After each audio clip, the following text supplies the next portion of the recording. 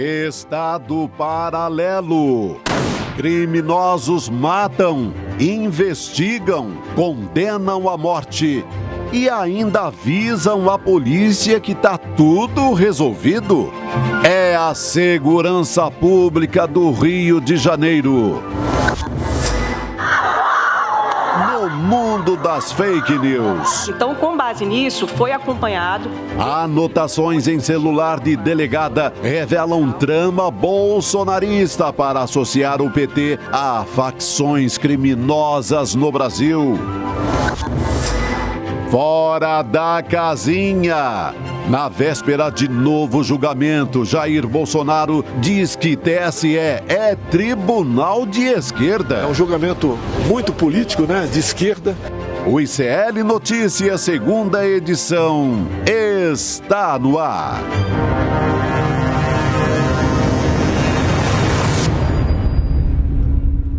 Graças a Deus, hoje é sexta-feira, é vida que segue.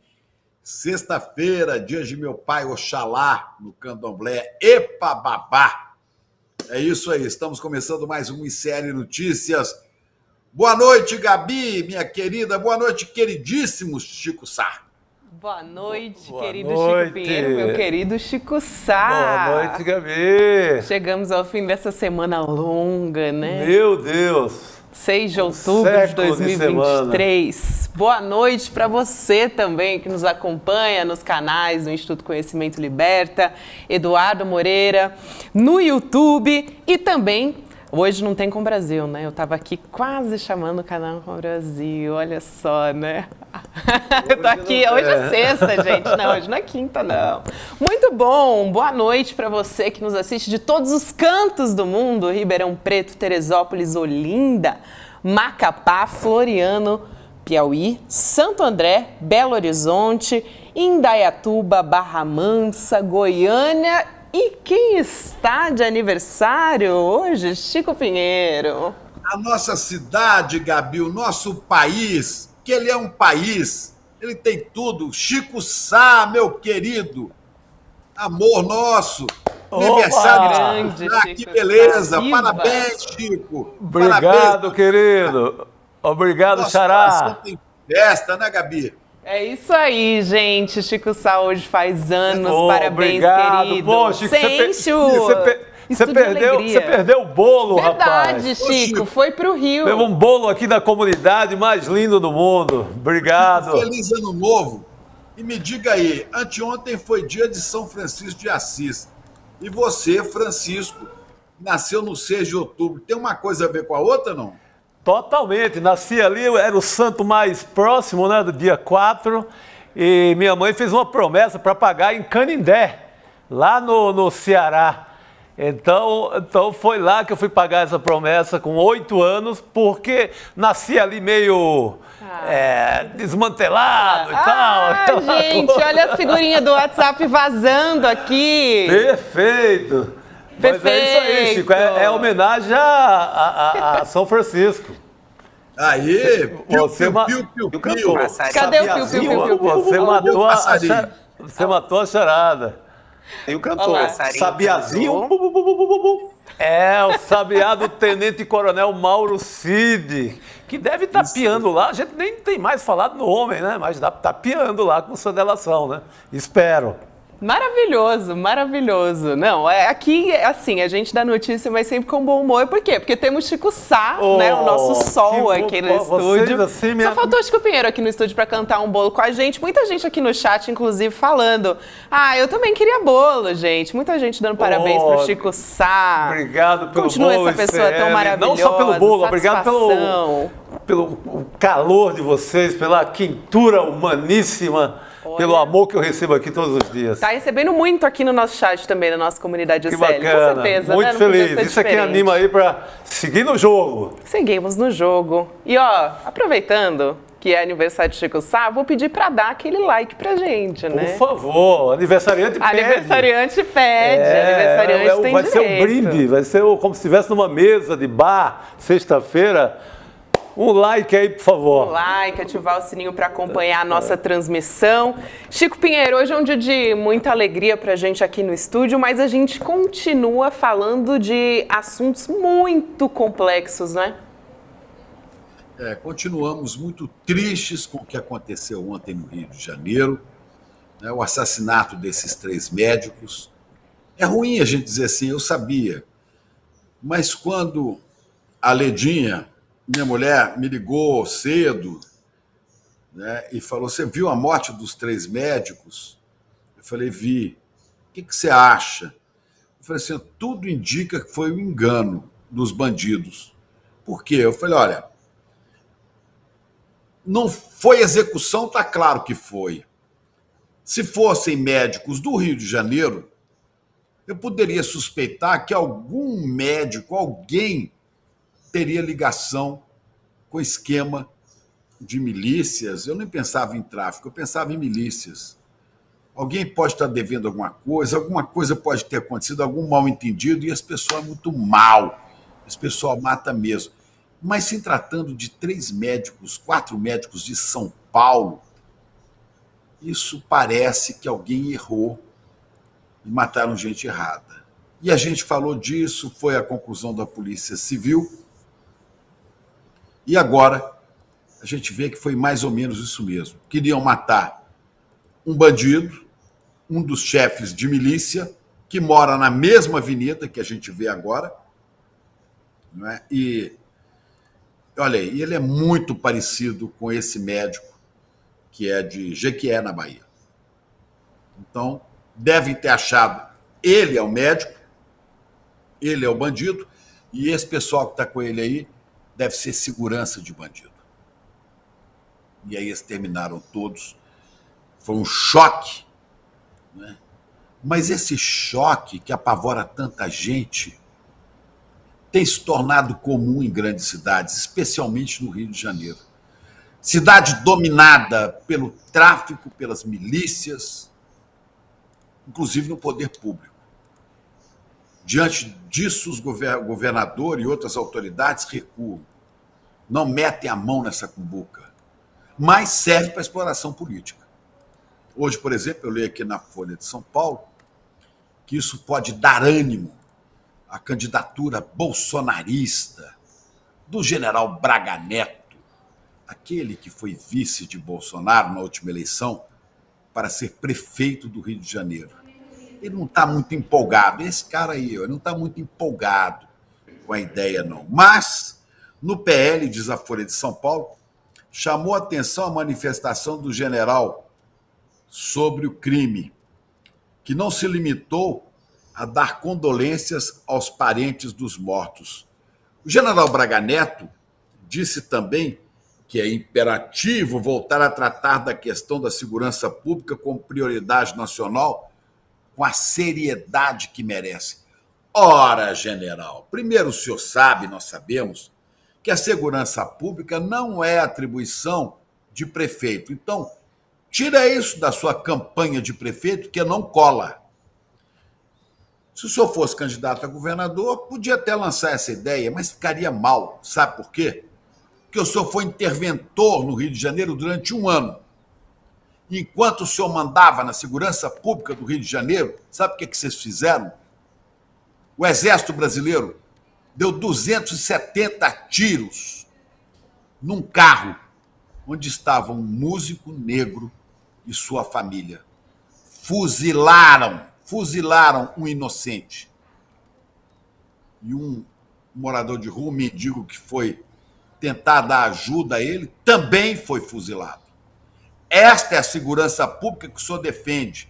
É segurança pública para os brancos, os bem-nascidos, e bala para os negros pobres, mesmo que não sejam criminosos. Aliás, se fossem, não caberia aos valorosos soldados do Exército, das Forças Armadas, fuzilar ninguém, general, porque o Brasil não tem pena de morte. Entendeu? Não tem. Também, sob a sua gestão, fuzilaram Marielle Anderson, a nossa vereadora, e o motorista dela. E mataram. Sabe, general, até hoje nós não sabemos quem são os mandantes desse crime. Será que o senhor sabe? Será que o senhor sabe, general? E por isso não toca nesse assunto? Porque o senhor era o responsável pela segurança no Rio de Janeiro quando os bandidos mataram Marielle e Anderson. Curioso, não é, general?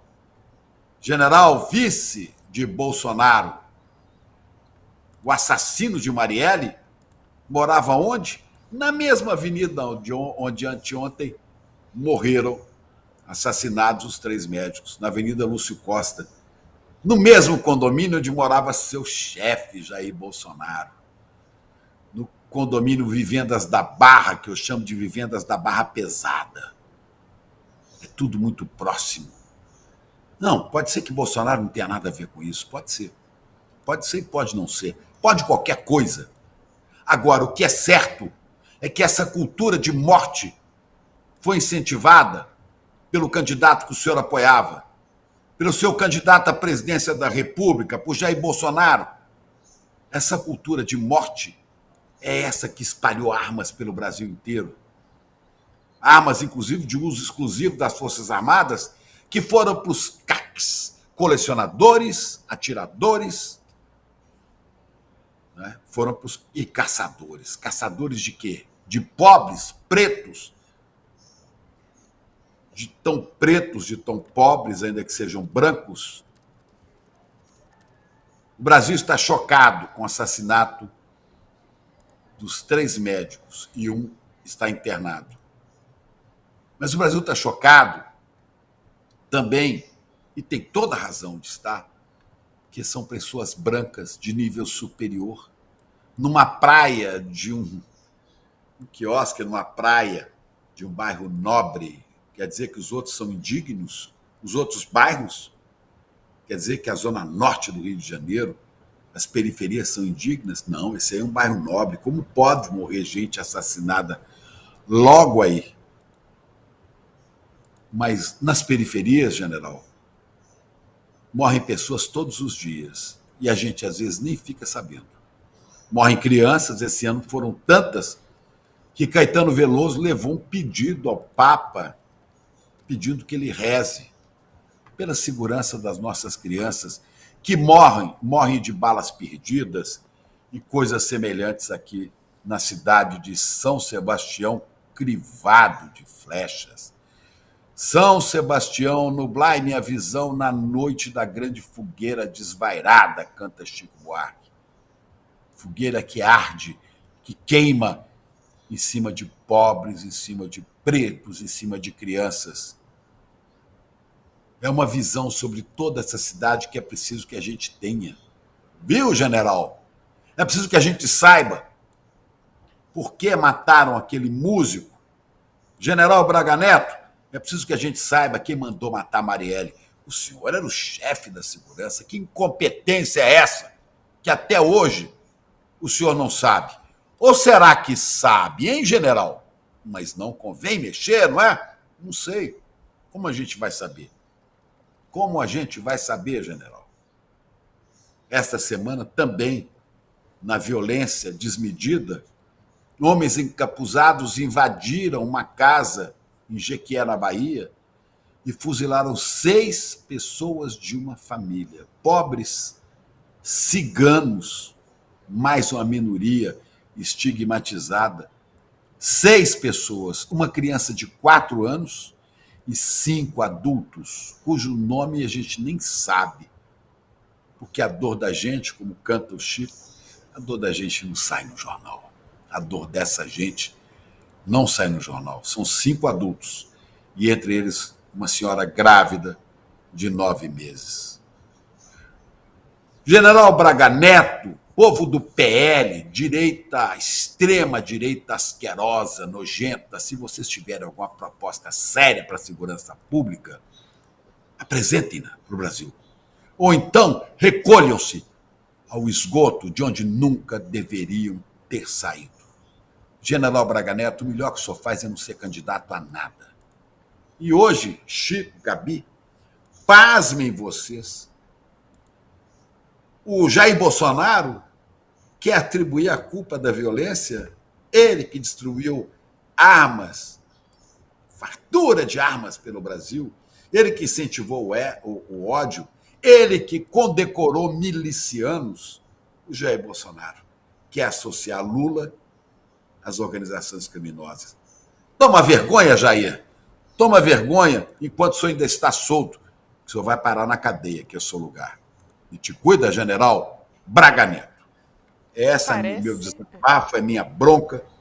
E tem também o secretário de comunicação do Jair, o Fábio Weisgarten, que disse: esse crime bárbaro zerou a eleição no Rio de Janeiro. Vai achando, Fábio, vai achando. Vamos ver onde é que vocês vão parar com essa conversa fiada. Parece que esqueceram que Braga Neto era o interventor do Rio de Janeiro quando Marielle foi assassinada, né? Exatamente. Esqueceram que ele já teve ele já cumpriu esse papel dele da forma pior possível. Ele disse, Gabi, dias depois de assumir, depois da morte da Marielle, perguntado, o general, viu, Chico? O general diz: devem estar mortos os assassinos da vereadora. Não sei se foi a milícia que soprou para ele ou ele acreditou no modus operandi da milícia. Sei que a primeira declaração dele sobre a morte de Marielle é que os assassinos estariam mortos, assim, dando por encerrado o caso no primeiro momento e acabou. Então, esse cara quer ser candidato a nada? O mesmo Braga Neto, do escândalo da corrupção dos coletes de balística. Não esqueça disso. A Polícia Federal está apurando esse caso dos coletes que são... tá aí a notícia. Então, não há como agora, nesse oportunismo, pegando esse caso e jogar forçadamente a candidatura Braga Neto sobre o Rio de Janeiro. Pô, o Rio de Janeiro já tem problema demais para ter mais esse, né? Vamos recapitular o caso para chamar o nosso querido Chico Alves aqui para a nossa conversa? Hoje é o trio de Chicos, meus queridos Chicos, hoje. Como que está essa história, né? O Comando Vermelho e a milícia de Tailon. Tailon Vamos começar, né? As investigações nesse momento sobre a execução dos 3 médicos no Rio de Janeiro, um deles Diego Bonfim, irmão da deputada Sâmia Bonfim. A principal suspeita da Polícia Civil é que um dos médicos, o Perseu Ribeiro de Almeida, teria sido confundido com esse Tailon, que é com o filho de um miliciano, na verdade, chamado Tailon, né? E que o crime teria sido uma ação dos traficantes do Comando Vermelho que assassinaram os médicos por engano. Isso é o que diz a Polícia Civil. O Comando Vermelho e a milícia de Tailon estão numa guerra por territórios na Zona Oeste. Isso é um assunto que a gente conhece já há bastante tempo. Hoje a Polícia do Rio encontrou 4 corpos, 3 em um carro e 1 numa comunidade na Zona Oeste, que seriam de traficantes envolvidos com assassinato. E aí eles teriam sido mortos pelos próprios criminosos, descontentes com a repercussão desse crime.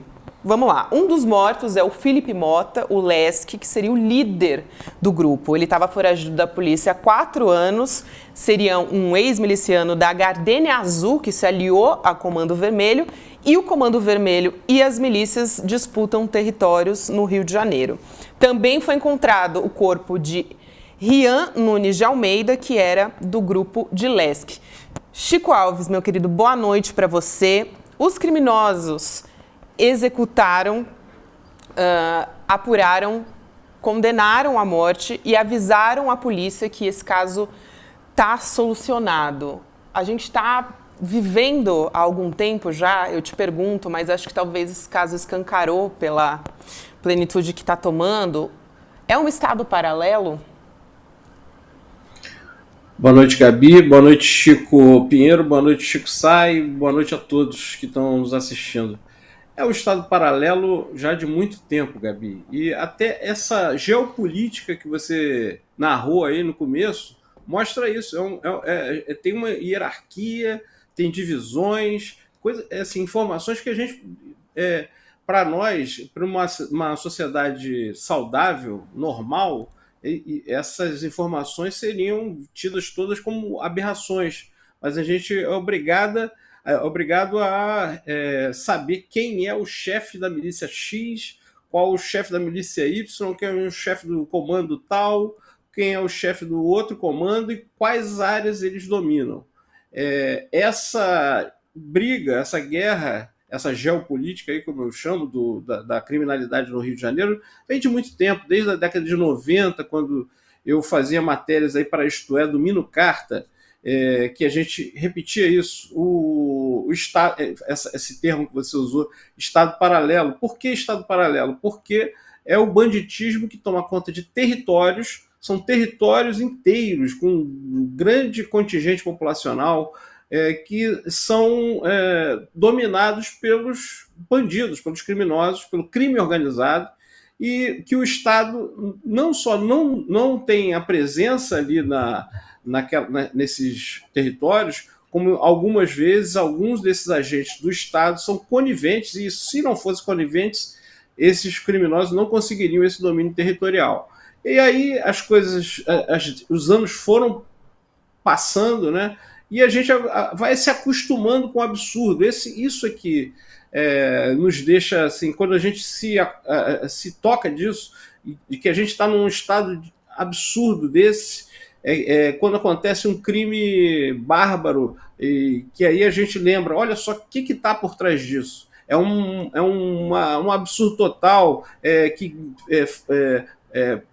comunidades e mais comunidades estejam sob domínio do tráfico, e cada vez mais vão avançando. Desde a época que eu fazia matéria na década de 90, na Isto É, do Mino Carta, para agora, eu imaginava, né, bobinho eu, achava que as coisas iam melhorar em algum momento. Nada, só pioram, né? Só pioram. E aí, Gabi, eu queria marcar muito a fala do governador Cláudio Castro hoje, que disse, não, esse caso não está... Não sei se você vai abordar essa fala dele, não sei se você vai tratar disso, mas assim, pode a fala adiantar, do Chico, Cláudio Castro... Pois é, a fala do Cláudio Castro é o fecho desse absurdo todo, né? Ele diz que não, vamos continuar apurando o caso. Era o mínimo também, né? Imagina se há um crime como esse, três médicos são assassinados, aí vem o tráfico, em tese, né, porque a gente não tem nenhuma confirmação oficial, o tráfico manda matar os assassinos dos médicos, e aí daria o crime por encerrado, ninguém apura mais, seria um absurdo total, né? Na verdade, a polícia vai fazer aquela cena de que está apurando, vamos ver se realmente vai apurar dessa vez. Mas o governador diz o seguinte, que espera que esse caso... Tá aí a frase dele, Chico, na tela para você.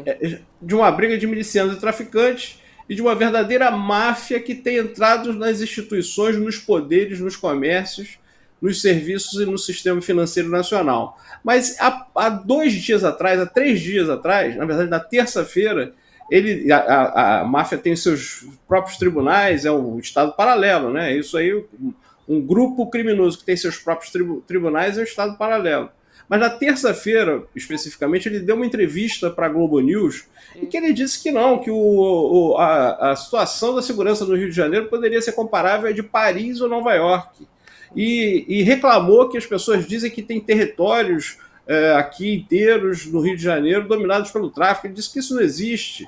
Aí hoje, além dessas frases que a gente destacou aí, disse o governador Cláudio Castro que o que acontece essas ações são um misto de treinamento de guerra com falta mínima de pudor dessas organizações criminosas. Ou seja, o Cláudio Castro, que não combate o crime como deveria combater, de uma forma com inteligência, né, com investigação profissional, ele conta com o pudor das organizações criminosas para que isso não aconteça.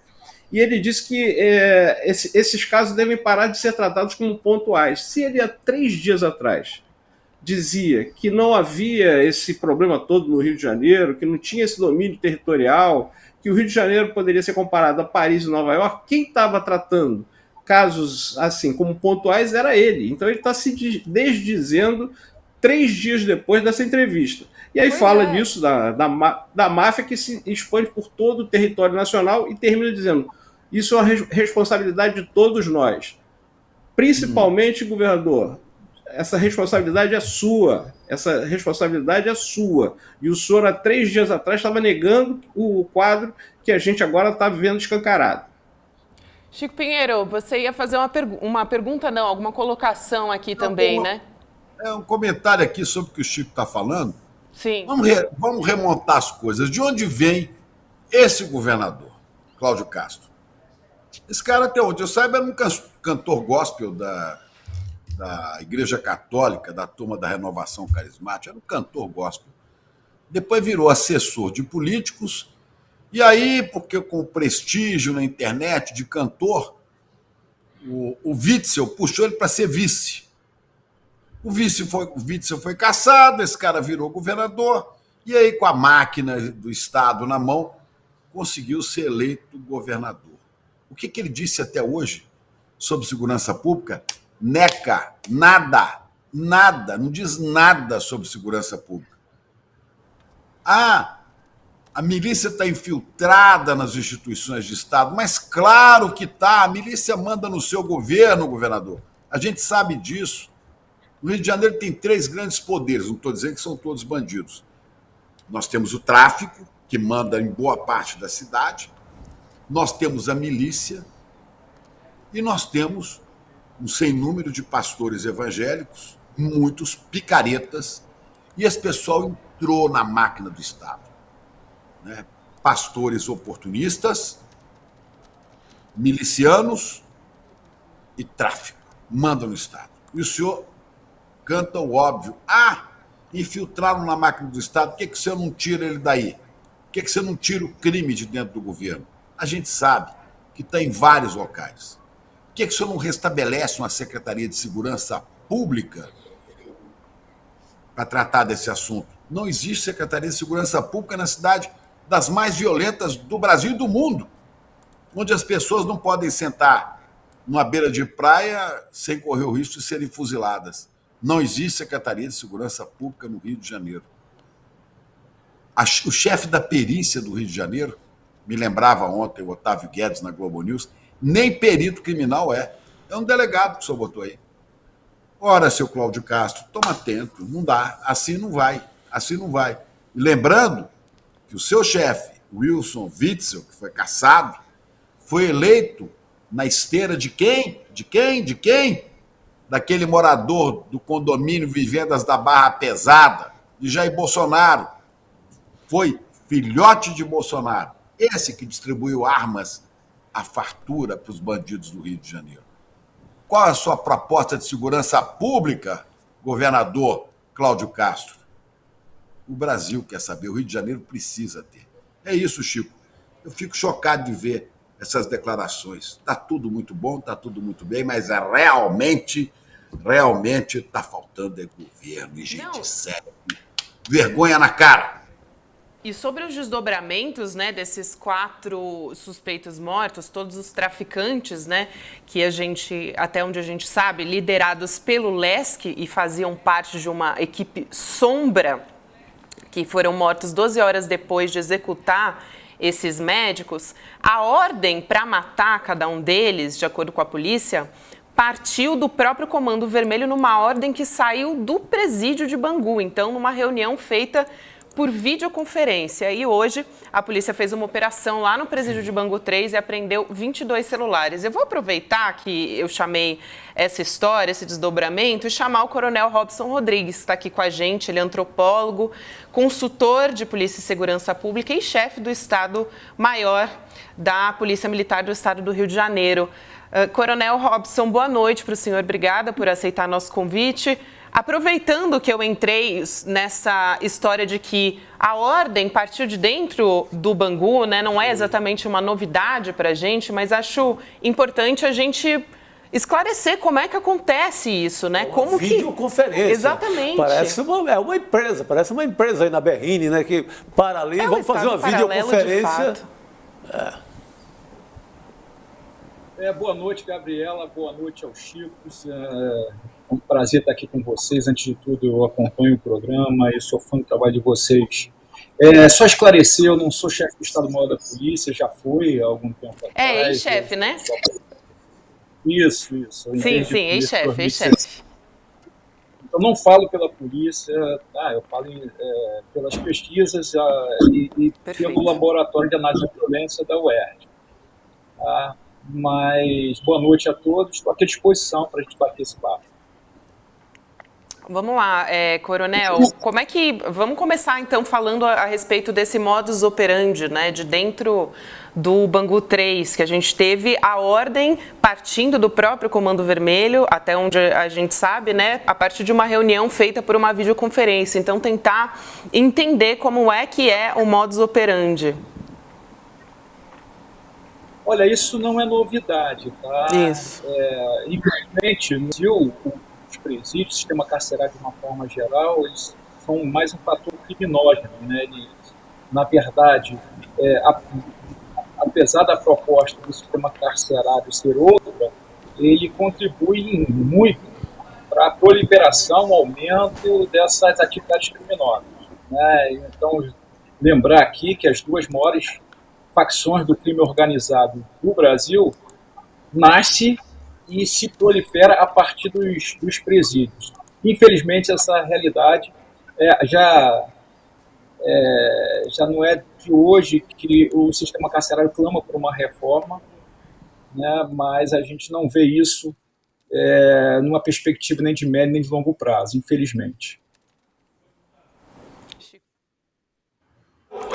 Nós temos aí uma versão dada praticamente pelo Estado paralelo, né, no Rio de Janeiro, e que todo mundo já engoliu essa versão e está dado por isso mesmo, né, que foi um grupo querendo atingir inimigos da milícia, vai lá, atira nesses médicos, depois o crime não pega bem e são eliminados esses executores. O senhor acredita nessa versão? Já dá como certeira ou tem alguma desconfiança? Olha, isso fere a razoabilidade, a técnica de investigação, né? Bom, uma investigação não se faz por especulações preliminares.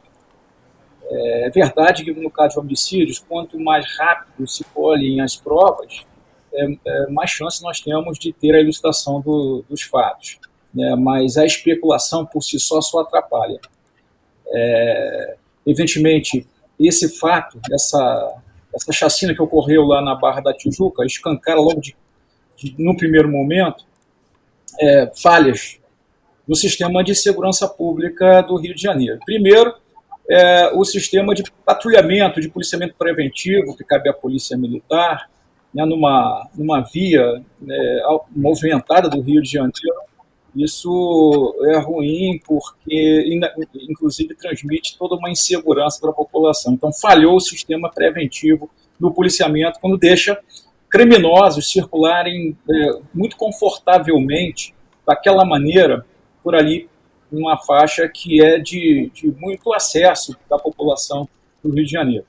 E o outro fato, infelizmente, é o que acontece após essa chacina, que aí devem operar as polícias de investigação, no caso a Polícia Civil, que é quem tem a atribuição originária para fazer esse tipo de investigação, mas a Polícia Federal se manifestou também para ajudar. E toda ajuda é bem-vinda, evidentemente, mas agora, com essas especulações, essas informações desencontradas, evidentemente você não pode, num primeiro momento, descartar todas as hipóteses. No primeiro momento, é hora de você acolher várias hipóteses. O moleque é muito mais aberto. Ao longo das investigações, você vai refutando algumas e reforçando outras. Acredito que deva ser esse o caso, mas informar de antemão, já resolver por mera especulação o crime e já estabelecer uma relação entre o que aconteceu hoje e o que aconteceu ontem, eu acho que é precipitado e ainda deixa mais desconfortáveis as famílias das vítimas que merecem todo o respeito. Evidentemente, ainda quando você traz essa hipótese, você escancara um outro problema, né? Então, nós temos dois crimes que ainda não têm correlação entre si, não há evidências disso, e você aceita com uma naturalidade muito grande um problema sério do Rio de Janeiro, que é o poder paralelo, ou seja, do tráfico, ou da milícia, ou da narcomilícia, o que seja, mas que afronta o monopólio da força do Estado, que é um dos pilares do Estado moderno e do processo civilizador. Então, infelizmente, ao entregar essas informações de uma forma muito precipitada, essas especulações, eu diria, você não contribui em nada na parte técnica da investigação, não contribui com a família, que deve estar sofrendo nesse momento e gostaria de informações mais elucidativas, coisa que até agora nós não tivemos, infelizmente. Chico Alves. Obrigado. Ô Robson, boa noite, é um prazer estar dividindo aqui o programa com você. A perícia é uma preocupação minha. Eu queria que você puder falasse alguma coisa, primeiro sobre a perícia nesse caso, que me pareceu, assim, no dia seguinte tinha muita gente circulando por ali, estava fechado, parece que talvez, se não me engano, tinha uma parte fechada, mas no dia seguinte já tinha muita gente circulando por ali. A perícia nesse caso que te pareceu, e de uma maneira geral, a perícia no Rio de Janeiro, como funciona, né? O Chico Pinheiro acabou de lembrar que não é alguém da área, não é um técnico que está comandando a perícia, e a gente não vê muitos avanços tecnológicos nessa área, quer dizer, não vê nem o básico, na verdade. Então eu queria que você fizesse uma avaliação da importância da perícia para a elucidação desses casos. A taxa de elucidação é tão baixa, e como a falta de perícia influi nisso? Visto que o quiosque reabriu na mesma noite, né? Importante até acrescentar aqui, foi imediatamente praticamente. Vida que segue. Olha, eu estava acompanhando aqui, antes de entrar, os comentários do Chico. Eu fui muito feliz com pontos estruturais do nosso programa de segurança pública, né? Tocou na extinção da Secretaria de Segurança Pública, né? Apesar de haver críticas com relação à última gestão da Secretaria de Segurança Pública, mas era crítica à gestão e não à estrutura. Uma perda lamentável de uma instância de integração das forças policiais. Infelizmente, nós não temos isso no Rio de Janeiro, é uma particularidade e que tem muito a ver com os problemas que nós passamos hoje. Outro problema estruturante é o problema da perícia, né? A perícia ela é fundamental, né, na elucidação, então não é de estranhar as baixas taxas de elucidação quando você tem uma perícia, como aqui no Rio de Janeiro, que ela é separada da Polícia Civil, uma outra organização. Infelizmente, ela às vezes é subvalorizada, ela é subestimada, quando deveria ser o contrário, deveria ter muito mais investimentos, deveria ter um tratamento super especial e deveria ser incorporada de fato de direito pela Secretaria de Segurança, e as polícias deveriam estar incorporadas a uma Secretaria de Segurança, de onde sairia uma política de segurança pública. Hoje que a gente vê não só a extinção da Secretaria, mas a falta de clareza para esses problemas estruturantes e também só para avisar que essas imagens foram feitas na mesma noite, tá? A gente colocou aqui na tela para as pessoas entenderem quais são essas imagens que a gente está passando. Por favor, Coronel, pode continuar. Então, esses problemas juntos podem, em boa medida, explicar a baixa taxa de elucidação do crime, principalmente o crime violento no Rio de Janeiro, que infelizmente segue sem uma política clara, né? Então não só foi a extinção de uma secretaria, mas não só a extinção também de uma política de segurança pública, mas a anulação de qualquer ação que a gente possa classificar como uma política de segurança pública. Então a gente não vê isso, infelizmente a gente vê mais do mesmo. Vou repetir um neologismo que eu usei, mas cai bem. Nós não temos novidades, nós temos velidade, porque as práticas são um eterno retorno, sempre se repetindo, infelizmente, e os mesmos erros nós estamos colhendo aqui no Rio de Janeiro. Coronel. Vai lá, Chico. Olha, ao que tudo indica, a polícia fazia escuta, sabia que ia acontecer alguma coisa aí. Talvez por isso não tivesse ninguém da polícia lá, para não se dar mal. É bandido que vai matar bandido, eu não vou aparecer. Essa é a leitura que nós fazemos. Nós, ignorantes da situação. E confesso, não sei mais do que isso. Não é? Aí, o mandante dessa chacina, e o cara pisou na bola, matou gente que não tinha nada a ver. Ontem eu comentava com colegas, assim, vão aparecer mortos porque pisaram na bola, porque mataram gente errada. Se tivesse matado certo, não tinha problema nenhum. Se tivesse matado certo, não era nem notícia. Ia sair assim, traficantes, milicianos entram em confronto e matam 4, tá, né? Mas aí é o seguinte, mataram gente que não podia ser morta. Mas parece que o governo do Rio não entende que ninguém pode ser morto quando o próprio governo, ao que tudo indica, sabia que ia rolar uma morte ali, ou várias, né? O que eu pergunto é o seguinte, resolvido, o chefe, o mandante, manda matar os assassinos, porque agora é o seguinte, o país todo está de olho nisso, o Ministério da Justiça está de olho nisso, a sociedade está cobrando, a mídia está cobrando, está todo mundo cobrando. Então, o chefe que mandou matar fala, opa, não vamos, já matei os caras, já está resolvido. Primeiro, o senhor acha que isso vai parar aí? Ou o senhor acha que as autoridades vão insistir em saber quem é o mandante? Por que o cara que eles queriam matar está solto? O pai dele está solto? Aquele que não foi morto porque não estava no local, mas foi o homem do engano. Né? O senhor acha que vai ficar por isso mesmo? O senhor acha que tem jeito de combater criminalidade com esta, não falo política de segurança, porque isso não existe no Rio de Janeiro. Não existe política de segurança. Né? Com a Polícia Civil e Militar, que está no Rio de Janeiro, tem como resolver esse problema?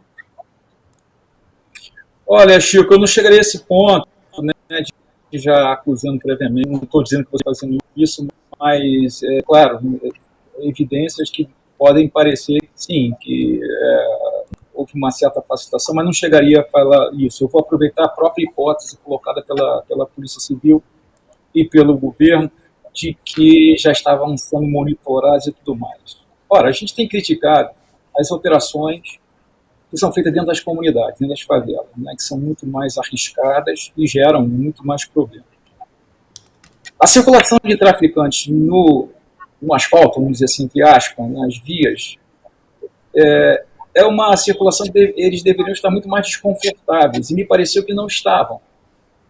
Então é um momento oportuno para se fazer as prisões. Então, o discurso de que estava monitorando e não verificaram essa oportunidade, que seria uma oportunidade de ouro para se fazer uma prisão de todos esses elementos, porque eles estavam super desconfortáveis ali, ou não estavam, mas deveriam estar por um patrulhamento efetivo.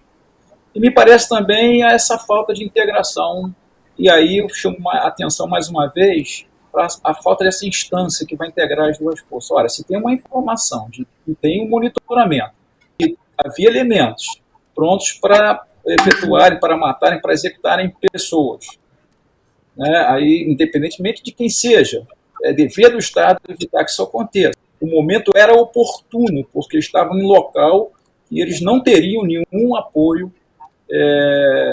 de fogo ou apoio de outros amigos que pudessem revidar uma abordagem por parte das polícias. Então, era um momento oportuno, e o que a gente vê é uma política desacertada de segurança pública quando investe nas operações espalhafatosas, né, espetaculosas, no meio das comunidades, não só para a população, mas também para os próprios policiais que participam dela, e a gente vê esses números aí da letalidade praticada pelos agentes do Estado e da letalidade e da violência que sofrem essas populações. Então, o momento era oportuno. Eu vou aproveitar o próprio discurso das autoridades para mostrar as contradições desse discurso. Eu não chegaria a afirmar ainda, sem evidência, né, que isso foi proposital. Mas, infelizmente, é justa essa observação, essa percepção, dados os encontros que nós percebemos nesses discursos e nessas peças que acabam não se encaixando. Chico Alves? Robson, você tem uma experiência peculiar, porque você teve do outro lado, né? Você foi policial ativa e atuou, né, nesses momentos, nessa tensão que é aqui o Rio de Janeiro por muitos anos, e agora analisa, né, estuda o assunto, tem a teoria e tem a prática. Com essa bagagem que você tem, dessas falas das autoridades após o crime, após os 2 crimes, né, a matança no quiosque e depois da morte dos 4 lá na Gardenia Azul, a fala do governador, a fala do ministro da Justiça e do Ricardo Capelli, do secretário Ricardo Capelli, das autoridades, alguma coisa faz sentido como algo que realmente vai fazer algum efeito para reduzir esse estado de insegurança, de barbárie que a gente está vivendo no Rio de Janeiro, ou você só está vendo se repetir o que você já vem vendo há décadas, assim como eu? Infelizmente, vou por parte, vou falar primeiro aqui do Estado. Infelizmente, é um discurso que vem consolidando nesses últimos anos, né? Se antes havia uma oscilação entre um governo e outro, mas agora ele se consolida a 2 governos e fora a tragédia também, que foi o final do governo Pezão. Bom, eu não vejo por alguns fatores, vou elencar 2 só. Primeiro, a falta de clareza das autoridades, né? E o outro é uma questão política mesmo, né, de aproveitar o momento, aproveitar esse discurso populista, do populismo punitivo, porque isso dá resultados nas urnas, infelizmente. Então, dificilmente essas autoridades vão agarrar dessas ações, porque hoje em dia, com todos esses avanços dentro da tecnologia, a velocidade com que os resultados são mostrados, então há um monitoramento da satisfação por parte da população, e há setores muito conservadores que legitimam esse tipo de ação. Infelizmente, isso é um motivo, além da falta de clareza, mas ainda assim,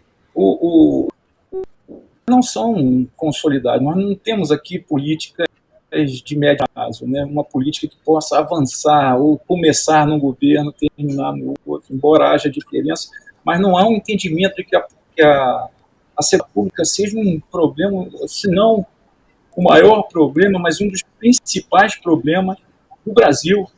Então, demora a acordar, e não digo isso não só do governo estadual, mas do governo federal, com toda a boa vontade que a gente vê, de toda a mudança que houve, mas está na hora de acordar e concretizar com práticas mais efetivas essa consciência, né?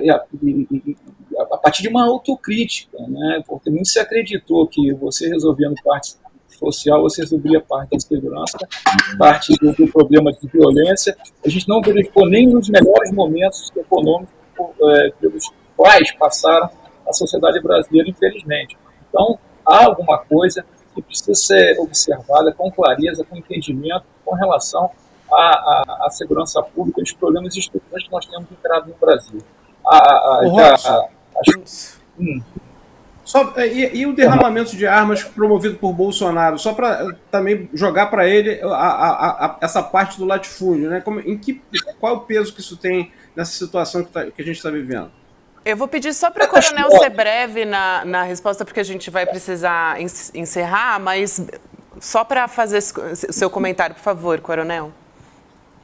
Olha, o governo Bolsonaro não existiu na questão de segurança pública, pelo contrário, foi uma tragédia sem fim. Então, você tem ainda impactos dessa política de segurança, ou falta de política de segurança pública, que favoreceu muito grupos criminosos, né? Então, evidentemente, o derrame de armamento, de armas, impacta negativamente nos números da segurança pública, e isso também contribui de forma muito determinante nesses problemas. Então, é todo esse acúmulo, né? Mas está na hora da gente mudar isso, e mudar com práticas efetivas, entender esse problema e entender que é um problema da sociedade como um todo. Não é problema de partido, é problema da sociedade. A gente precisa resolver isso para a gente encontrar o nosso caminho no processo civilizador. Tá certo. Coronel Robson Rodrigues, antropólogo, consultor de Polícia e Segurança Pública, muito obrigada pela sua presença. Sempre seja bem-vindo aqui no ICL Notícias. Um abraço, até uma próxima. Um abraço e foi um prazer falar com vocês. E repito, sou fã do trabalho de vocês. Parabéns e continue assim. Também vamos nos despedir de Chico Alves. Obrigada, viu, Chico? Sempre um prazer te receber aqui às sextas. Um abraço, querido. Obrigado, Gabi. Um abraço para todo mundo e bom final de semana. Boa noite, querido. Seguimos aqui, agora a gente vai conversar com o Guga Noblar e continuar, claro, nessa pauta a respeito das mortes, né? A gente vai voltar a falar da cena do crime, enfim, das investigações que estão sendo feitas. O secretário executivo do Ministério da Justiça, o Ricardo Capelli, comentou essa hipótese da polícia, nessa linha de investigação, de que o próprio Comando Vermelho mandou matar os traficantes. A gente tem, inclusive, a arte do que disse o Capelli. Vamos dar uma olhada para a gente poder trazer aqui o destaque. Ele disse o seguinte: o Brasil possui leis, possui regras, tem um Estado de Direito que precisa e será respeitado. Não tem cabimento a gente dizer que organizações criminosas cometem um crime e elas mesmas resolvem esse crime. Guga, depois também teve a fala do Cláudio Castro, enfim, mas quero te ouvir a respeito dessa colocação aí do Ricardo Capelli em entrevista para a Globo News. Boa noite, querido. Boa noite, Gabi. Boa noite, meus queridos Chicos e essa audiência maravilhosa. Pois é, o que está acontecendo aqui no Rio de Janeiro é que a gente está vendo que o poder paralelo já tomou conta. Não só eles que decidem se você vai ter segurança ou não na cidade, como são eles que elucidam essas questões de crimes na sequência. São eles que dizem, né, o que aconteceu e são eles depois que julgam aqueles que teriam cometido os crimes. Foi isso que se desenrolou aqui no Rio de Janeiro. Porque essa versão da Polícia Civil que a gente está ouvindo, de que aconteceu um engano e que quem cometeu esse engano foram esses milicianos que se aliaram ao Comando Vermelho lá na Gardênia, que seria o Lesk, o BMW, o Rian. Essa versão, na verdade, é a versão da própria facção, do próprio Comando Vermelho. Quem contou isso foi o Comando Vermelho. Não dá pra gente acreditar que a Polícia Civil, em 24 horas, conseguiu elucidar tudo. A gente sabe que a polícia rastreou aonde foi parar o carro que cometeu o assassinato. E o carro foi até a Cidade de Deus, área controlada pelo Comando Vermelho, exatamente corroborando essa versão, que seria o grupo que se aliou aos milicianos da Gardênia, milicianos que foram assassinados, que foram os que confundiram os médicos com outros milicianos e cometeram esse erro, esses assassinatos que teriam sido, portanto, cometeram por engano, e por conta disso, o Comando Vermelho, de dentro da cadeia, os seus líderes de dentro de Bangu 1, fizeram uma videoconferência. Isso já está rolando, esse papo já está rolando desde ontem. Hoje, inclusive, o G1 confirmou essa história, né? Que agentes da AP confirmaram que teve, de fato, essa videoconferência. Os caras decidem o final, o destino daquele que seria o autor do crime, que são esses milicianos, o Lesk, o BMW, o Rian.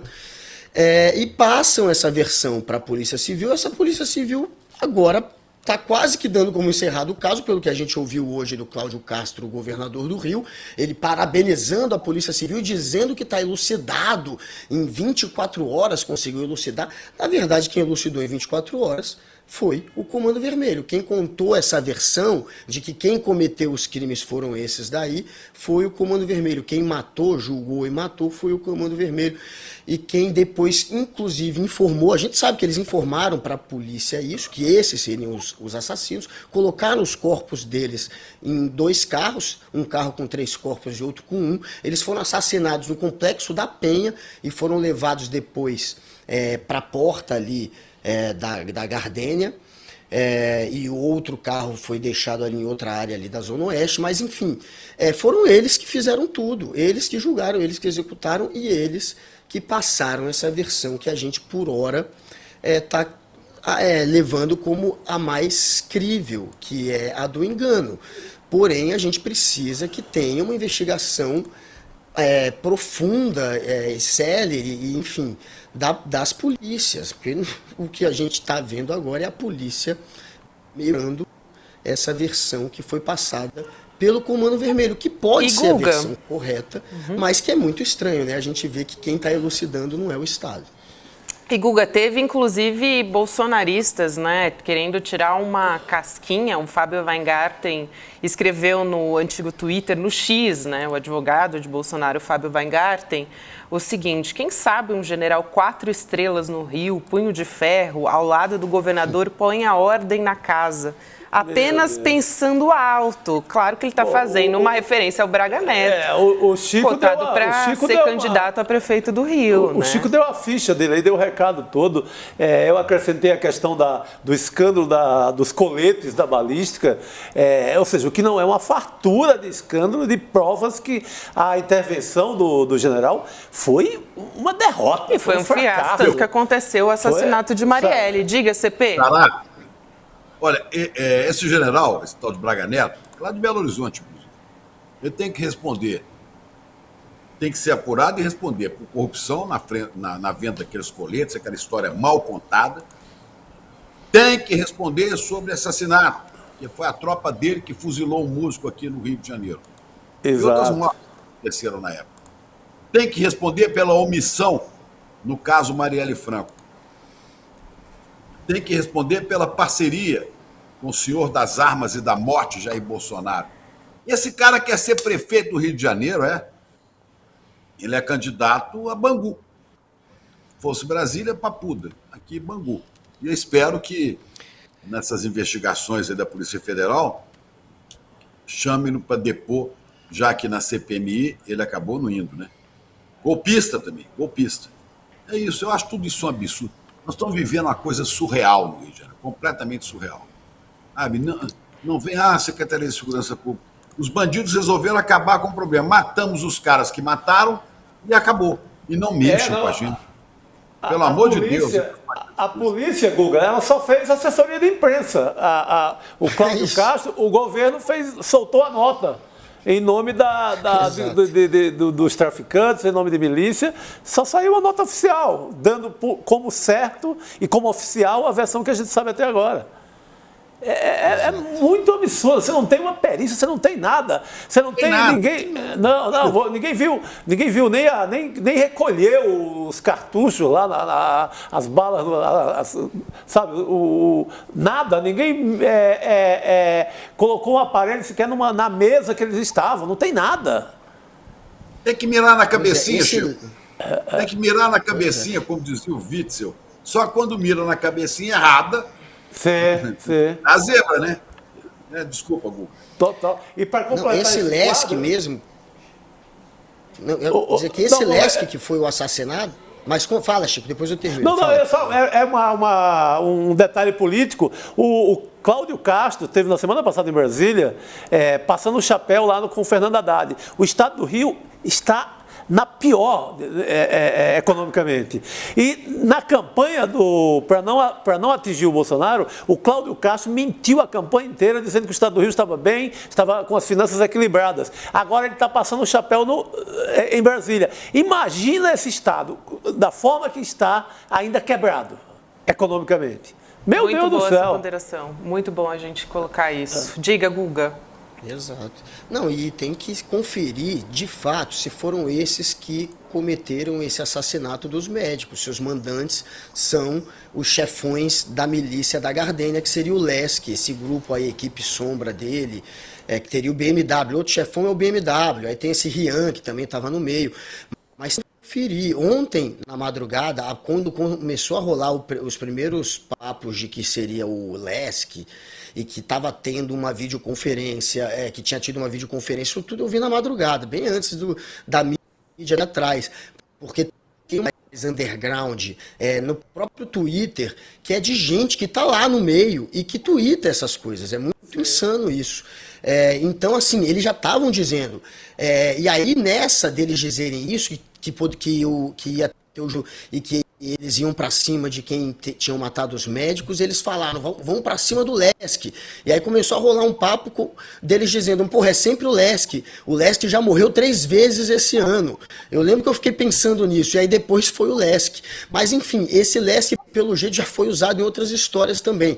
A questão é você realmente investigar se foram esses caras, se foi de fato isso que ocorreu, porque por hora essa é a versão do Comando Vermelho. A gente está comprando a versão dos criminosos, que pode ser a versão correta, reforço isso, mas não é a versão do Estado, não é a versão oficial, não pode ser a nossa. Enfim, a gente precisa de uma investigação do Estado que confirme de fato isso daí e vá para cima dos que executaram agora o Lesk, porque o Lesk tinha que pagar com prisão. Esses que mataram agora vão ficar impunes também?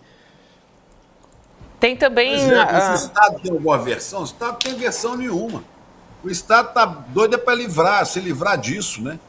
Ele e as polícias, vamos nos livrar. Mataram aqui, mataram ali, acabou, não se fala mais nisso. Polícia Federal, muito obrigado, volta para Brasília e vamos esperar que continuem só matando pobres e pretos na periferia e bandidos. Aí não tem problema nenhum, tá tudo certo.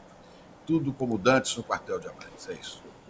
Exato. A gente tem informação também do 4º médico, né? Hoje, o único que sobreviveu a essa tragédia, mesmo levando 14 tiros, gente. Ele postou uma mensagem no Instagram. A gente tem a imagem dessa mensagem que ele postou, dizendo que estava bem, né? Depois de ter passado por uma cirurgia, inclusive uma cirurgia longuíssima, né? De acordo com o que ele publicou. A nossa produção está separando aqui a mensagem. Vamos colocar aqui, por favor. Pessoal, tô bem, viu? Tá tudo tranquilo, graças a Deus. Só algumas fraturas, mas vai dar certo. A gente vai sair dessa junto, tá? Valeu pela preocupação, obrigado. Ele é o Daniel Proença, né? Esse é o Daniel Proença em novo encontro com a vida, um médico sobrevivente da tragédia no quiosque da Barra, se comunicando com gestos e palavras, aí pelo que a gente tá vendo no Instagram. Ele disse que teve algumas fraturas, nasceu de novo, né? Tem que tirar documento tudo de novo, porque é outra vida, é outra... Agora, que salvação. Ele precisa, justamente, ele precisa ser protegido agora também, né? Sim. Porque assim, não se sabe se houve palavra nenhuma, se alguém falou antes dos tiros. Pelo visto, não, mas é a grande testemunha da história toda. É bastante preocupante. Não, parece, Gabi, que a versão final, definitiva, vai ser essa dos bandidos mesmo. Matamos o cara errado, o chefe falou, agora mata os que mataram. Sim. E acabou, ele não tem mais risco nenhum para ele, porque já morreram os caras. Ele não tem. Ele vai dizer o quê? Eu vi fulano, ciclano, e daí? Já morreram mesmo? Sim, não vai. Até porque também não deu tempo ver nada, né? Imagina, foram 30 menos segundos. Menos de 30 segundos, né? De bala. Menos de 30 segundos. E falando também em facções criminosas, né, e também golpistas, teve uma anotação encontrada aqui no celular da delegada da Polícia Federal, Marília Ferreira, ex-braço direito de Anderson Torres, né, o ex-ministro da Justiça de Bolsonaro, aquele da minuta do golpe, vocês já conhecem toda essa história, afirmando havia uma certa pressão após o primeiro turno das eleições para que ela indicasse uma relação do PT com facções criminosas. Esse material ele foi entregue pela Apple, né? Tá com a CPMI do golpe nesse momento. A gente tem um trecho dessa anotação também. Não, a gente não tem esse trecho, mas eu vou ler aqui. Havia uma certa pressão para que eu fizesse um relatório que indicasse a relação do PT com facções criminosas, porque havia alguns indicativos disso, mas não fizemos porque não havia comprovação. Então, nas anotações da Marília, diz que Torres estava especialmente preocupado com o Nordeste, onde Lula ganhou com uma ampla margem, né, Chico Sá? O mais maluco é que eles, como se precisasse ter alguma comprovação, eles soltaram do mesmo jeito, escorreu na campanha. Saiu na campanha que o PT era ligado a PCC, Comando Vermelho, Escambau, saiu de lá.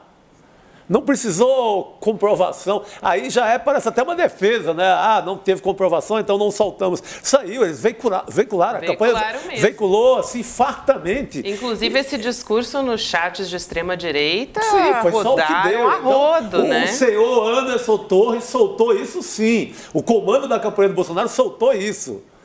Sabe, com nenhum pudor, ninguém tem vergonha na cara. Olha, tinha naquele comitê. O PT e o Lula não condecoraram bandido miliciano, não. O Lula não era vizinho de assassino de Marielle, né? O Lula não era vizinho de assassino de Marielle, nem o filho do Lula namorou filho de assassino de Marielle. Quer dizer, esse povo não tem nada para falar, não tem proposta nenhuma para o Brasil. Trouxeram o signo da morte para o país, distribuíram armas, instilaram o ódio, mataram com cloroquina. Olha, devia enfiar o rabo no meio das pernas e cair fora. Chico, mas eles estão tentando... Eles estão tentando aproveitar esse momento para vender uma ilusão. Que segurança a gente tinha até 9 meses atrás? Não proposta nenhuma. Mas essa história, a Marília Ferreira... ela era braço direito do Anderson Torres, delegada da Polícia Federal. E ela, junto com o Anderson, além do Silvinei Vasquez, estão sendo investigados por conta daquelas que foram feitas para atrapalhar os eleitores exatamente nesses lugares, que aí tem esse papo dela estar sofrendo pressão para até incriminar o PT e bababá. Esse papo todo tem esse período. Então ela está no meio dessa história se ela foi atuante, ela é uma das principais envolvidas.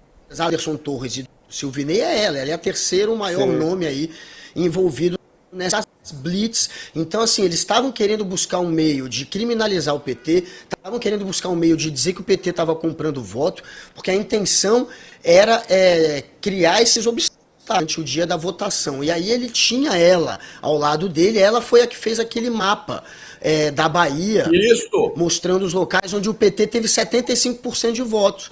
Então ela, de estar ali mostrando que estava sob pressão para incriminar o PT, ela criou o mapa, não foi nem um argumento, que argumento eles não tinham, mas ela que criou o mapa de onde deveriam acontecer as blitz, foi ela.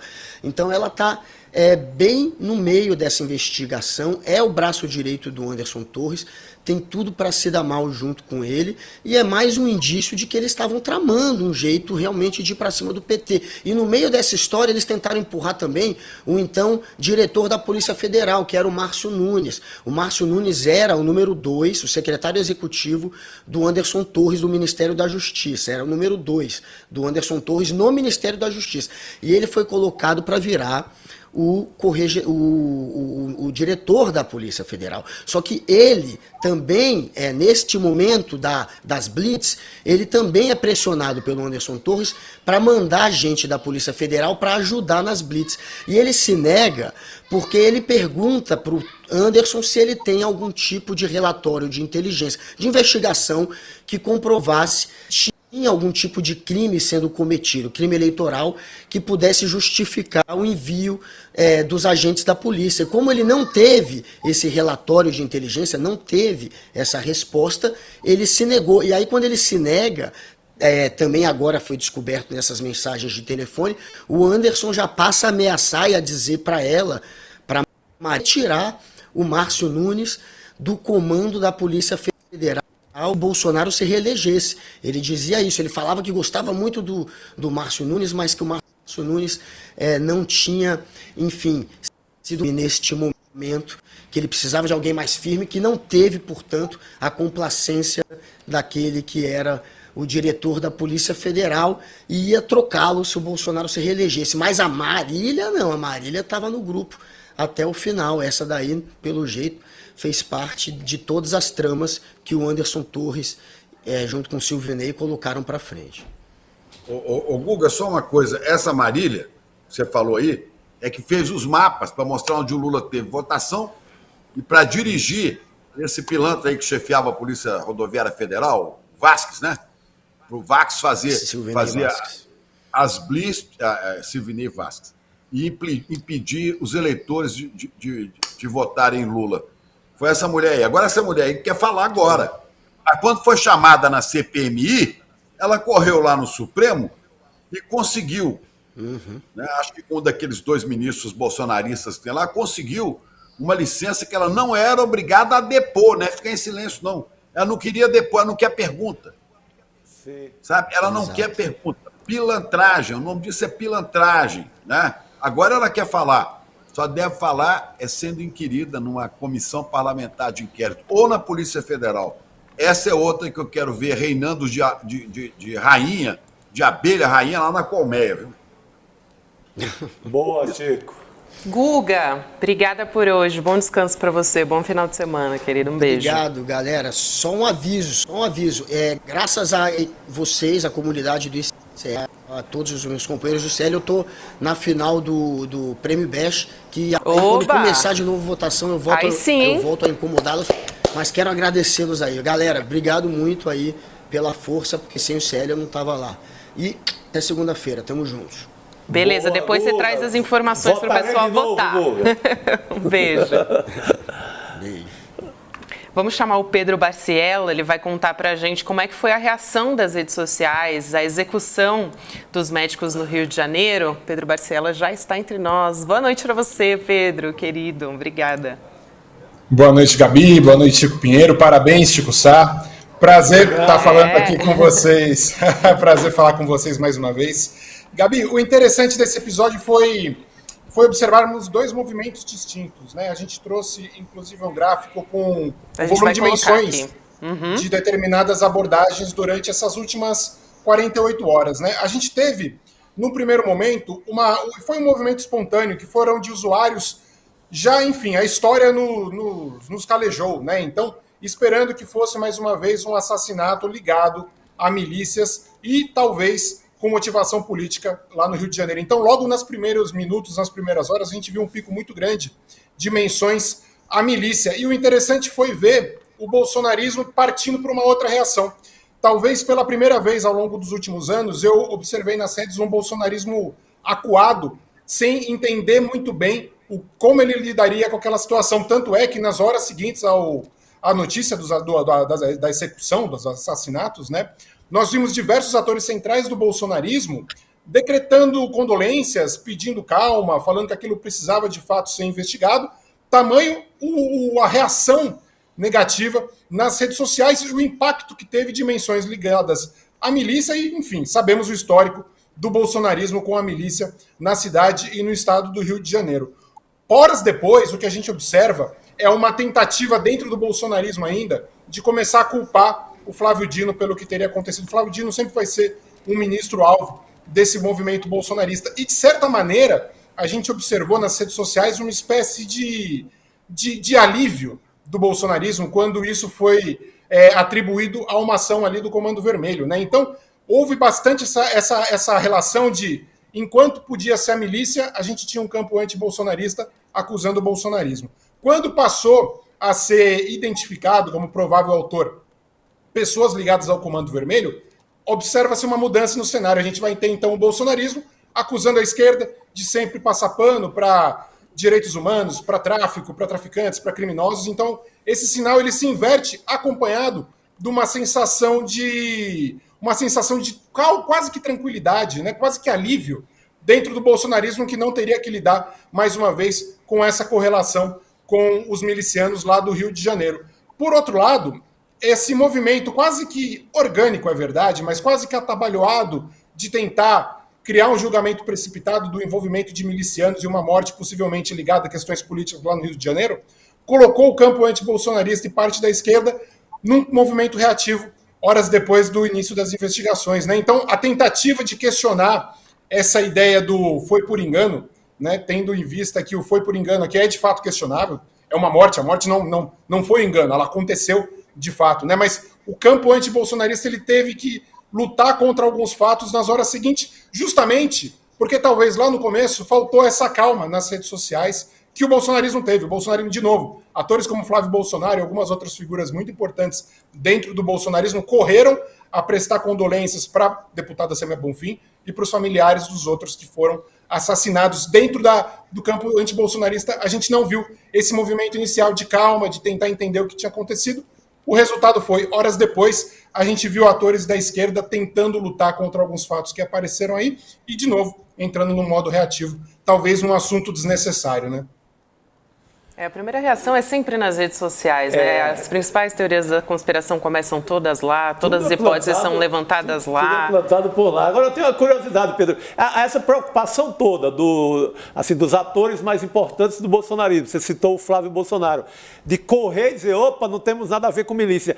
Isso significa que o assunto milícia está muito colado em Bolsonaro, né? Falou milícia, automaticamente você visualiza Bolsonaro, bolsonarismo e etc, né?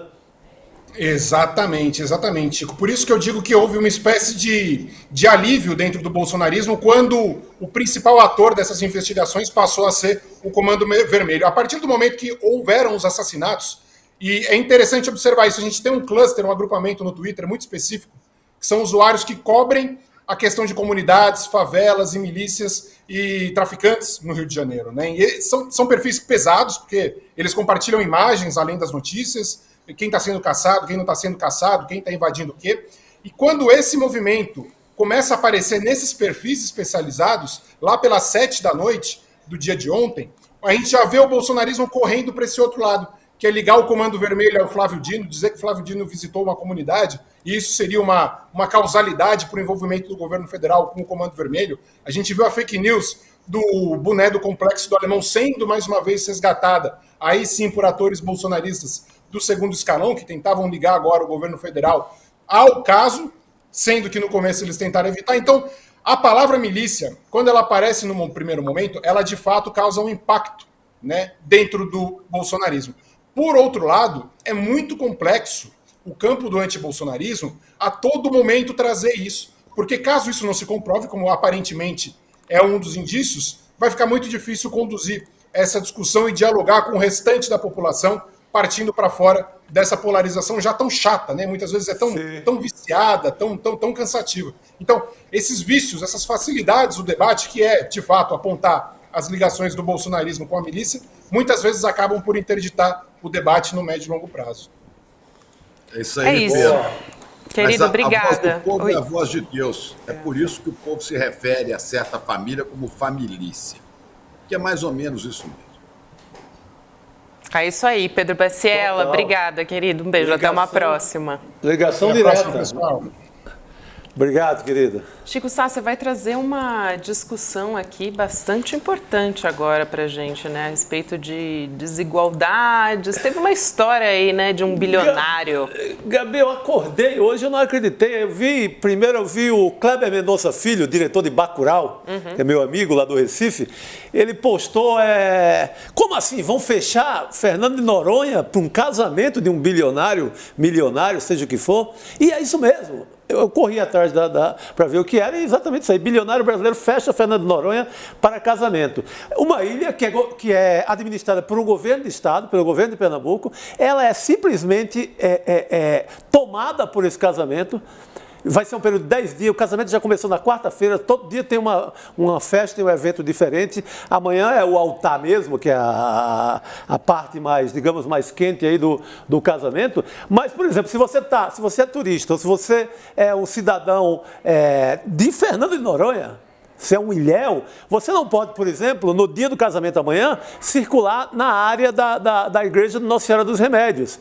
Então, é um absurdo, é uma festa que é privada, que acaba com a noção de Estado, de público.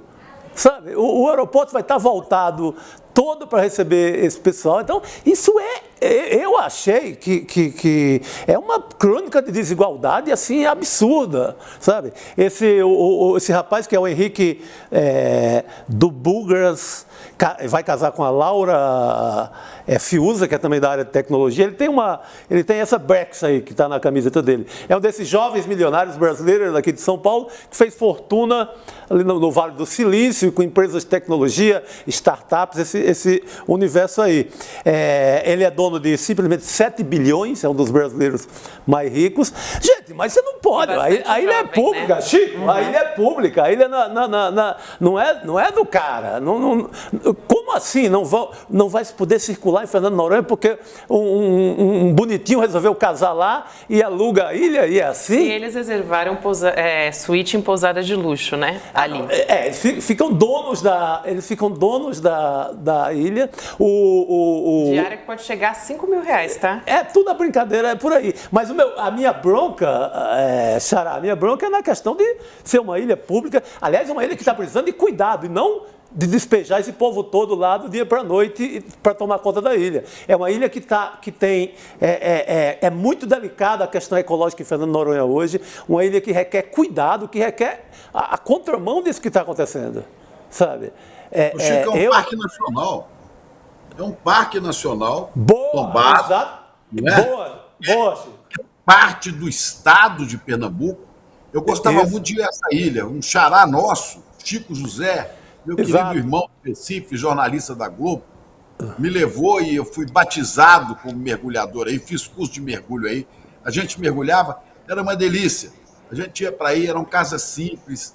Depois que a Ilha de Caras, que você virou Ilha de Caras, que os famosos Chicos, os ricos foram para aí, o Luciano Huck da vida e os Diniz e mais não sei quem, eu não quero mais ir, eu não quero mais lembrar de Noronha. Noronha está tomado por esse tipo de gente.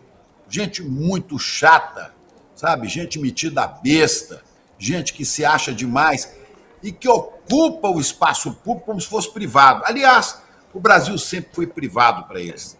Eu quero lembrar aqui, eu não sei se a gente tem, o Gabi, pergunta aí se a gente tem um trechinho que eu tinha pedido do discurso do ministro Luiz Roberto Barroso de ontem, na saudação. Que ele falou de desigualdade, né, Chico, por conta do aniversário da Constituição. Vamos pedir para o pessoal aqui colocar, a nossa produção colocar. Eu pedi para separar esse trecho do Barroso, vamos ouvir. Boa, está muito dentro da história aí.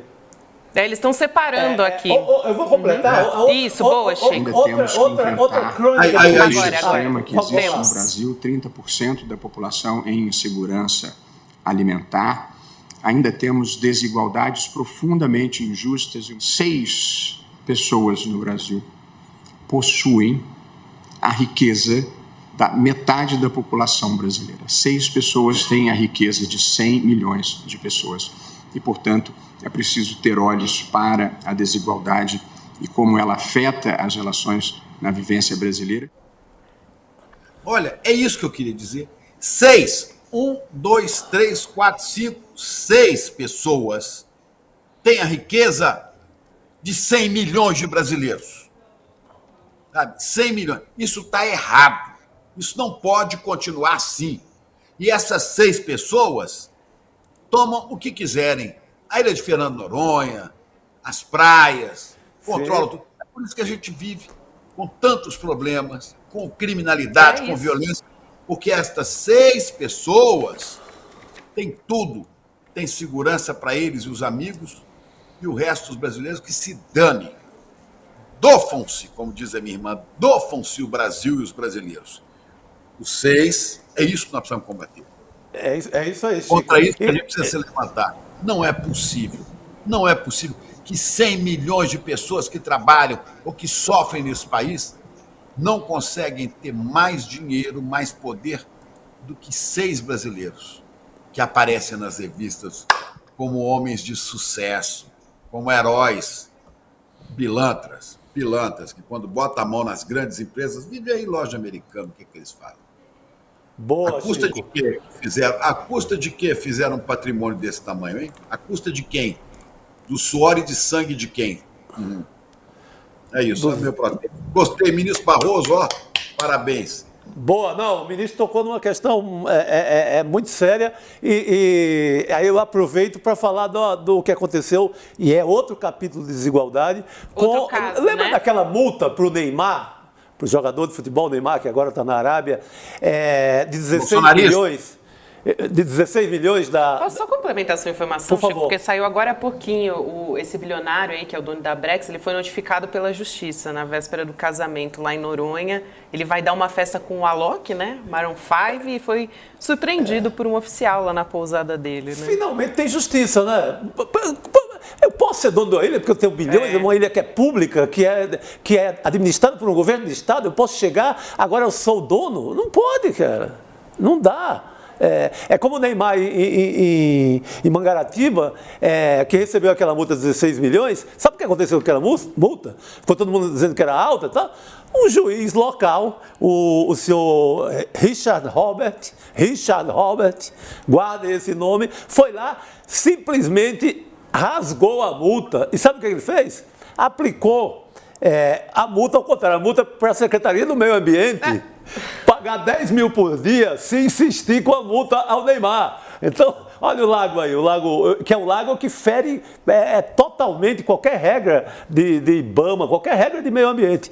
Então, o juiz inverte, perdoa o Neymar, rasga a multa e obriga a Secretaria de Meio Ambiente da Prefeitura a pagar 10 mil por dia a cada dia que não cumprir a história. Então, é esse tipo de coisa, sabe? É um país que quem tem muito dinheiro vai e aluga a natureza, destrói tudo e fica como quer. Ainda bem que bom que você leu essa notícia aí, que apareceu um bem abençoado homem da justiça para dizer, parece que pelo menos vai ter um desfecho que talvez seja positivo aí, né? Exato, uma fiscalização. Coincidência, né? Logo o Neymar, que é bolsonarista. Sim, esses patriotários pensam assim. Aí Valdez, um patriotário aí. Nós, patriotas, que pensamos na maioria do povo brasileiro, não suportamos esse tipo de abuso, não. Não suportamos. O juiz que apoia isso está no mesmo rumo. Pelo amor de Deus. Né?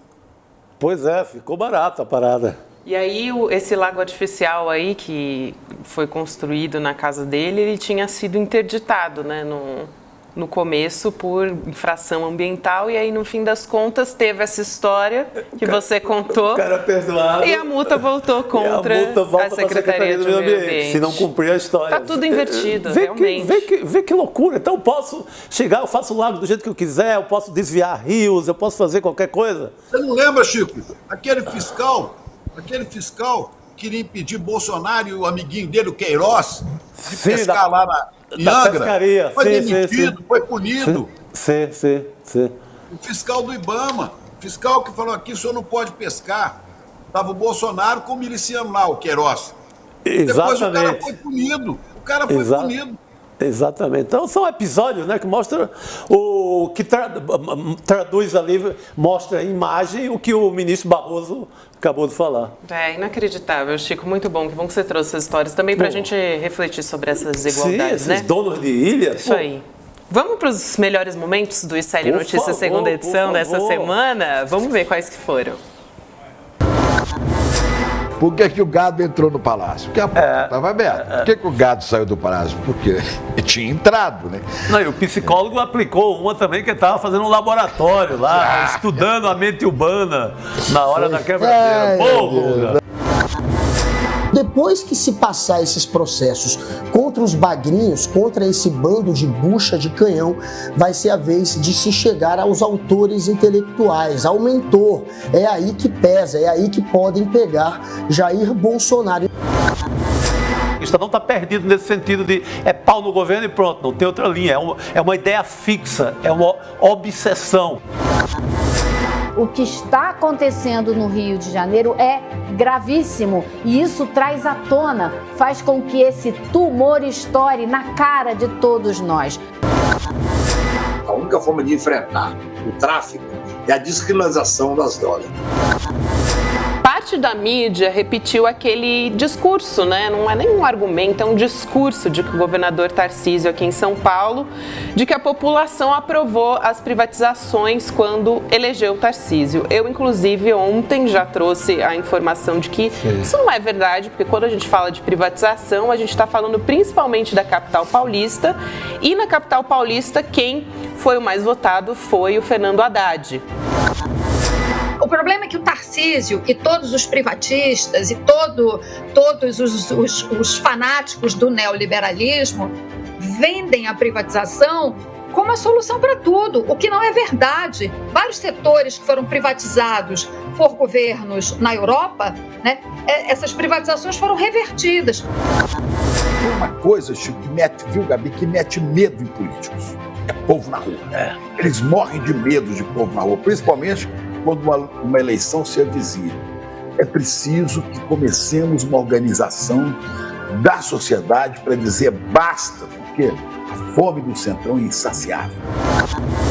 Ela não está de brincadeira. Hoje ele explica até o que Freud não conseguiu.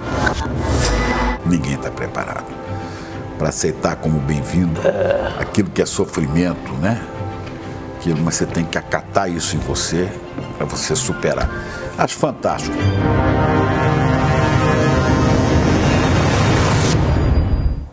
Excelente os nossos melhores momentos, né? E fechando com chave de ouro, né? Uma frase tão bonita que Chico Pinheiro trouxe aqui também. Uma acalmada também, a semana muito pesada. Muito pesada, então é bom a gente voltar e ter essa última palavra para a gente fechar nossa sexta-feira, viu, Chico Pinheiro?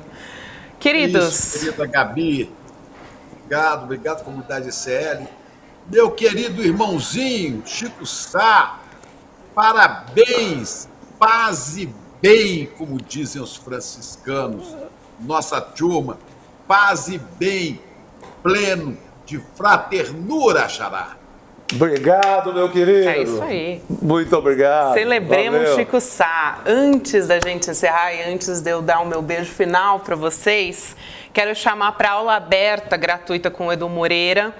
3 regras para investir com resultados. A gente está vendo aí na tela como entender as regras essenciais. Você vai descobrir nesse curso para ter resultados nos seus investimentos, mesmo que você seja iniciante, né, nessa aula. Mas é um verdadeiro curso, né? Eu já assisti cursos de 1 hora de Dudu Moreira, que assim, você aprende tudo. Eu que não entende nada de finanças. Lá eu entendo. Com o Edu eu consigo compreender. Ainda que você seja iniciante, você Exatamente. Compreende, que é o meu caso.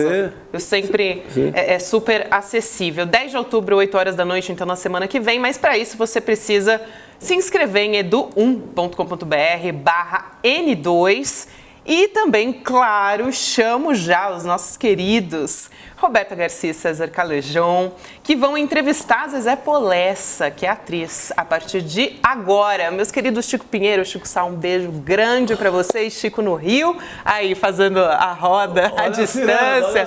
O nosso abraço virtual. Chico Sá, meu querido, feliz vida. Continua brilhando. Obrigado por tudo. Um beijo. Obrigado, Hoje meu beijo final é para você. Obrigado, querido. E um beijo a você, claro, que nos acompanhou. Até semana que vem. Bom final de semana. Divirta-se. Em 2021, eu gravei um vídeo que viralizou e chocou o país. Um exemplo real de um jovem que tinha pego um empréstimo de R$100 num desses caixas eletrônicos que você vê na rua. Eu mostrei que com a taxa de juros que estava sendo cobrada naquele empréstimo, eu mostrei que em 5 anos, se ele não repagasse aqueles R$100 que ele pegou emprestado, ele estaria devendo quase 14 milhões de reais. Você ouviu corretamente e a conta está certa. R$100 viram 14 milhões de reais em pouco mais de 5 anos na taxa de juros que os bancos cobram para as pessoas que pegam esses empréstimos aí na boca do caixa. É muito mais do que qualquer agiota e é um absurdo isso poder acontecer no Brasil. Existem várias coisas que, se você aprendesse, mudariam completamente a sua relação com o mundo do dinheiro e dos investimentos. E eu separei as 3 principais, as 3 regras para se investir com resultados. E eu vou dar uma aula no dia 10 de outubro, às 8 horas da noite, no horário de Brasília. É uma terça-feira, para você poder aprender essas 3 regras. Para você se inscrever, é só clicar no link aqui em cima ou aqui embaixo. E gratuitamente você vai poder participar. Se inscreve agora e chame seus amigos e amigas para participar também. A liberdade de imprensa está para a democracia, assim como o ar está para a vida humana. A gente não consegue viver sem respirar. A liberdade de imprensa é, portanto, o oxigênio da democracia. A gente sabe que censura rima com ditadura. E a ditadura acabou definitivamente com a aprovação da Constituição de 1988. A censura também. Mas tem muita gente que não sabe disso, ou não gosta disso, ou não entende, ou faz que não entende, inclusive autoridades. Para essas pessoas e para essas autoridades, a gente vai repetir, sempre que for preciso, aquilo que já foi consagrado pelo Supremo Tribunal Federal.